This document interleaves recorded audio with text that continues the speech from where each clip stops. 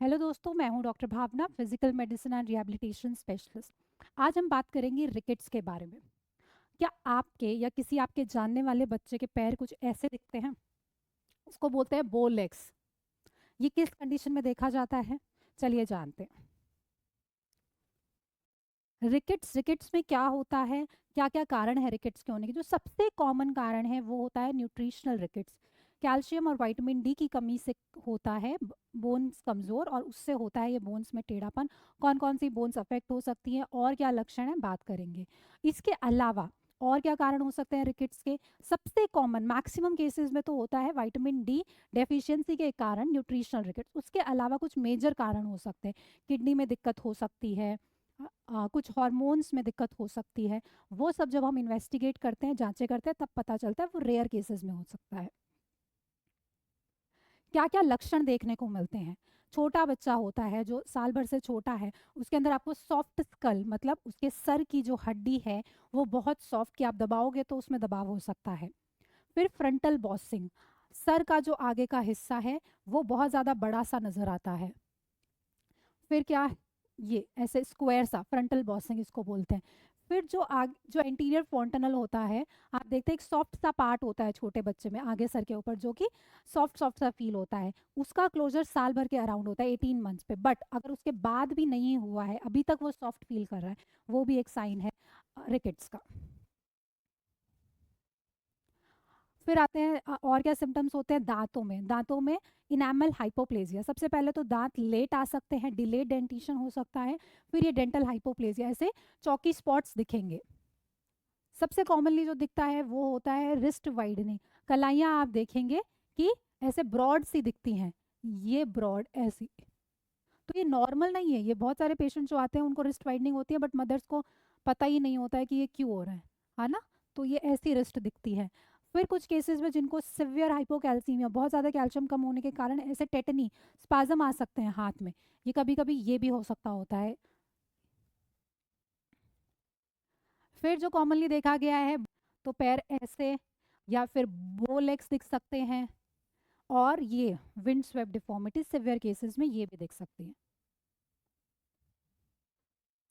तो ये सारे सिम्टम दिख सकते हैं और ये कुछ भी नॉर्मल नहीं होता है ना? तो इसमें से कुछ भी लक्षण है तो आपको अपने डॉक्टर पे जाना है बच्चे को लेके। डॉक्टर पे जाओगे, डॉक्टर कुछ टेस्ट कराएंगे, ब्लड टेस्ट होंगे काफ़ी सारे, कैल्शियम के, vitamin D, alkaline phosphate, kidney के, लिवर के।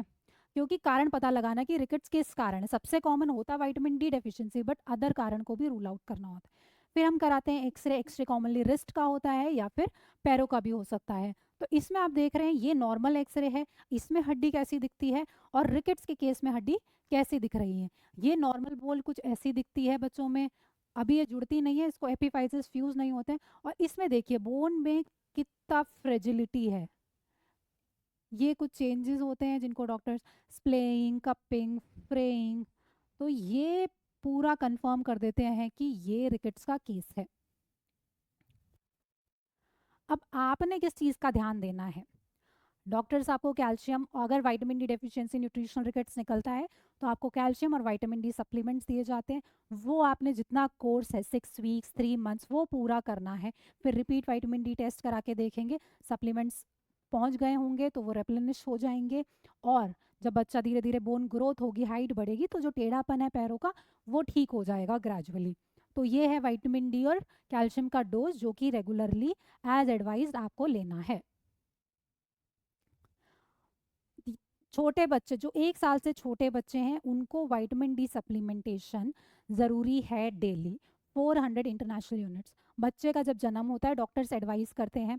फिर जब पेरेंट्स जब जब डॉक्टर पे जाते हैं, जब जब टीका लगना होता है बच्चे को, और जब कभी लिख दिया डॉक्टर, क्योंकि वो जाते ही डॉक्टर के पास तब है, तो जब डॉक्टर लिखते हैं वो कुछ दिन देते हैं और फिर छोड़ देते हैं या फिर भूल जाते हैं या फिर वापस से डॉक्टर पे फॉलोअप ही नहीं करते हैं। तो ये गलती नहीं करनी है। 1 साल से छोटे बच्चे को डेली विटामिन डी सप्लीमेंट ज़रूरी है। ये इंडियन अकेडमी ऑफ पीडियाट्रिक्स की गाइडलाइंस है। तो ये खास आपने ध्यान रखना है, डेली विटामिन डी सप्लीमेंट देना है 1 साल की उम्र तक, irrespective of mode of feeding. बच्चा माँ का दूध पीता है, बच्चा बाहर का दूध पीता है, बच्चा दोनों पीता है, बच्चा अच्छे से खाता है, कोई फ़र्क नहीं पड़ता। आपको विटामिन डी सप्लीमेंटेशन देना है। अब विटामिन डी का सबसे बेस्ट सोर्स और कह लो कि ओनली सोर्स होता है थ्रू सनलाइट, धूप से। अब धूप किस टाइम पे दें, कितनी देर बिठाएं बच्चे को, कैसे बिठाएं, तो ये है जो चीज़ आपको करनी है। तो इस चीज़ पे खास ध्यान देना अभी जो मैं नेक्स्ट बताऊंगी। छोटे बच्चे इन्फेंट मतलब कि 1 साल से छोटे बच्चों को कितनी देर धूप लगनी है, अराउंड 15 20 to 30 मिनट्स, 30 मिनट। और 1 साल से जो बड़ा बच्चा है उसको 30 से 45 मिनट डेली। किस टाइम पे धूप लगाएं, इंडिया में 11 बजे से 3 बजे की धूप, ये धूप आपको लगनी है आपके बच्चे को, हफ्ते में एटलीस्ट 5 दिन। तो 30 से 45 मिनट, 11 से 3 के बीच में आपको इतना टाइम 30 से 45 मिनट निकालना है, हफ्ते में 4-5 दिन लगभग। और 40% बॉडी सरफेस एरिया एक्सपोज होना चाहिए सन से। ये नहीं कि पूरा कवर होकर सर्दियां हैं धूप में बैठे हैं स्वेटर पहन रखी है, कोई फायदा नहीं है। आपके बच्चे के पैर हाथ एक्सपोज होने चाहिए, फेस पे सर पे ढक के। कुछ तो पेरेंट्स को धूप के लिए एडवाइस करते हैं, फिर पता चलता है कैप लगा के स्वेटर पहन के पूरा पजामी पहन के धूप, हम तो धूप में बिठाते हैं बच्चे को, तो नहीं। उसको बनियान कच्छे में कि हाथ और पैर एक्सपोजर हो सन से, पूरा सर एक्सपोज हो। इतना आप एक्सपोज करोगे तो around 30% to 40% body surface area expose होगा। ये तो मिनिमम रिक्वायरमेंट है।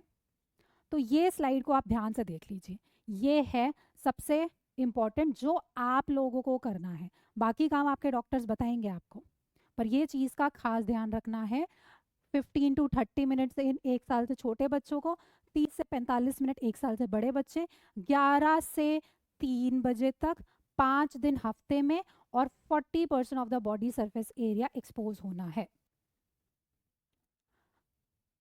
अब कुछ मरीज बोलते हैं छोटे बच्चे का क्या है, जब पैर में टेढ़ापन है आप दवाइयाँ लेंगे, ट्रीटमेंट लेंगे, ये सब करेंगे तो जैसे जैसे बच्चे की हाइट बढ़ेगी टेढ़ापन ठीक हो जाएगा।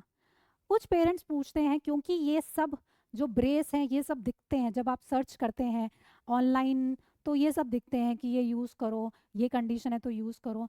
तो पेरेंट्स पूछते हैं मैम कोई जूते नहीं है क्या जिससे पैर सीधा हो जाएगा। तो ये छोटे बच्चे के लिए ये एडवाइजेबल नहीं है।